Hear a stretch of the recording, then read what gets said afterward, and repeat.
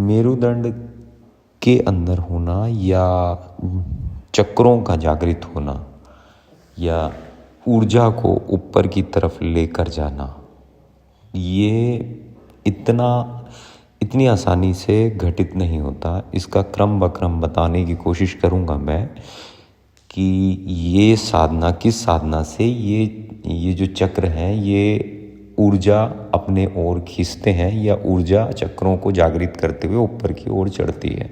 योग अभ्यास में जैसे ही साधक अपनी पूरी साधना को एकाग्रचित्त करके यम नियम आसन में डालता है, अब आसन करते करते करते करते उसकी जो सांस चलने की जो क्रिया होती है वो गहरी होते जाती है।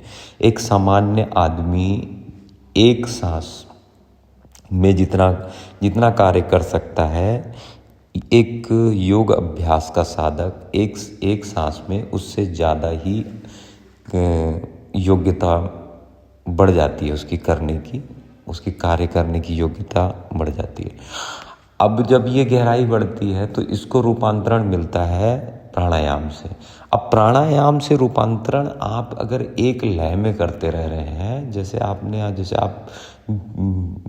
आपने सांसें गहरी की और उसके बाद फिर प्राणायाम का अभ्यास कर रहे हैं, तब भी ये शक्तियों का अनुभव आपको नहीं होगा। शक्तियों का अनुभव उसके बाद में मेरुदंड को साधने पे होगा। जैसे कि आप अपने मेरुदंड को साधने लगते हैं, और ये क्रिया अगर आपको एक साथ बता रहा हूँ तब भी आप इसको बीच से किसी एक को अगर आपने शुरू कर दिया तो आप सारे सिस्टम को बिगाड़ लेंगे। शुरुआत वैसी ही होगी, यम नियम आसन प्राणायाम। अब जब प्रत्याहार होता है जो ध्यान का एक अंग होता है, तो लोग क्या सोचते हैं कि ध्यान यहाँ पर घटित होता है। ध्यान यहाँ नहीं घटित हो रहा था, ध्यान घटित हो रहा था आपके यम से, आपका जहाँ से यम चला था। आप एकाग्रचित्त होके किसी चीज़ को कर रहे थे, यम नियम भी एकाग्रचित्त होके कर रहे थे, डिसिप्लिन से कर रहे थे। तब वहाँ से आसन के अंदर में भी एकाग्रचित्त हुए, तब आपकी योग्यता बढ़ी, आपकी सांसों की गहराई बढ़ी। अब उसके बाद में सांसों की गहराई 2 रूपी थी, तब उसको 1 रूपी त्याग रूपी शरीर पे आपने घटित किया प्राणायाम के अभ्यास से। अब जब त्याग घटित हुआ है, तब आपकी जो स्थिति है, जो मेरुदंड में बैठने की स्थिति है, आसन लगाने की स्थिति है, यहाँ से शुरू होगी।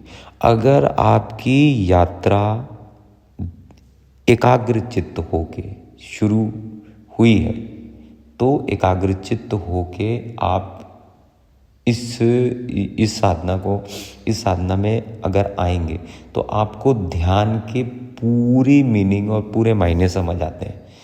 आप अगर डायरेक्ट ध्यान पे आते हैं, मतलब आप अपने जीवन की दैनिक क्रियाएं या दैनिक ज़रूरतें या कोई भी चीज़ आपकी शरीर की उठती हुई मांग या कोई भी चीज़ है, उसमें एकाग्रचित्त होके या उसको एक विस्तार दृष्टिकोण से अगर नहीं देख रहे हैं और उसके बाद सीधा आप ध्यान की बात करेंगे तो नहीं हो सकता, हो ही नहीं सकता, होता ही नहीं है।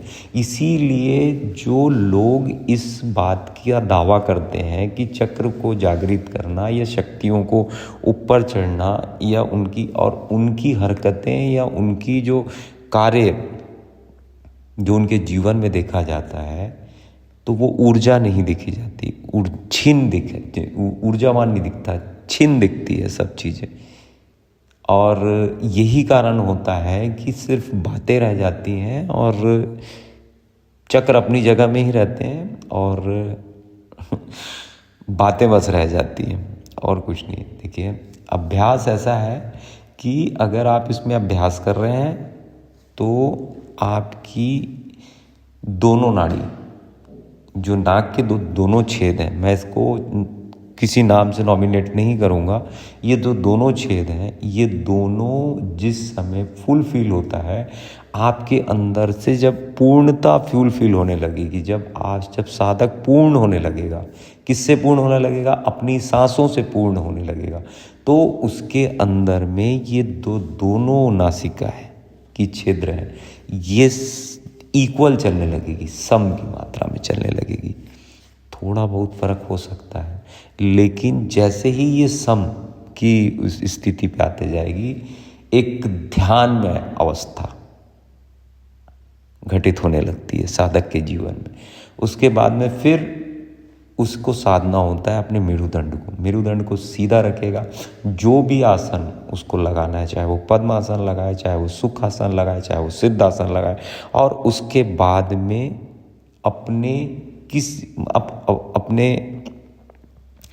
सांसों पे एकाग्रचित्त हो, चाहे प्राणतल पे एकाग्रचित्त हो, चाहे किसी भी चीज़ पे एकाग्रचित्त हो, ध्यान घटित होगा ही होगा। ध्यान के लिए उसे जोर जबरदस्ती या कोई चीज़ को नहीं करना पड़ेगा। तो ये जो दोनों नासिका है जो बराबर की इक्वल के फॉर्म पे जब चलती है, ये तभी चलेंगी जब आपका ध्यान की क्रिया यम नियम से शुरू होते हुए प्रत्याहार तक आएगी। प्रत्याहार तक आने के लिए अब आप ये पूरी चीज़ों को करते हुए एक ड्यूटी के जैसे करते हुए अगर आप आ रहे हैं, और उसमें आपके अंदर का जो कलकलनाथ है या आपके अंदर का जो रिसर्च है, अगर वो बाहर नहीं समझ आ रहा है आपको, तो बहुत मुश्किल होता है। वो एक ड्यूटी के जैसे अगर आप कर रहे हैं, तो फिर उससे आप वंचित रह जाएंगे इन सब चीज़ों से। तो आपको ध्यान रखते हुए चलना है और ध्यान करते हुए सारी क्रियाओं को करना है। और ये जो गहराई जो बढ़ेगी, सांसों की गहराई जब बढ़ेगी, तो प्राणायाम से त्याग रूपी शरीर घटित होगा, और त्याग घटित होगा। उसके बाद मेरुदंड साधेंगे, और मेरुदंड के बाद में आपकी दोनों जो नासिका है, जब दोनों सम के भाव पे चलने लगेगी, तो आपका ध्यान घटित होगा। उसके बाद फिर साधक को ज़्यादा जोर लगाने की ज़रूरत नहीं होती, बहुत आसानी से उसका ध्यान किसी भी अवस्था पे और किसी भी जगह पे लग जाता है। क्योंकि शरीर की जो मन की जो मांगें होती हैं ना, वो ऑक्सीजन की कमी से चलती है। जब ऑक्सीजन पूरी फुलफिल हो जाती है आपके शरीर के अंदर में, तो मन की जो मांग होती है ना, वो शून्य में हो जाती है। इसके ऊपर से मैं आगे वीडियो में बताऊंगा कि मन की मांग जो होती है उसे कैसे ख़त्म करते हैं योगिक क्रियाओं से, और योग अभ्यास में कैसे उसे ख़त्म किया जा सकता है। हरिओम। मैं योगाचार्य शिवाय, doctor in naturopathy and yoga science. Her her Mahadev.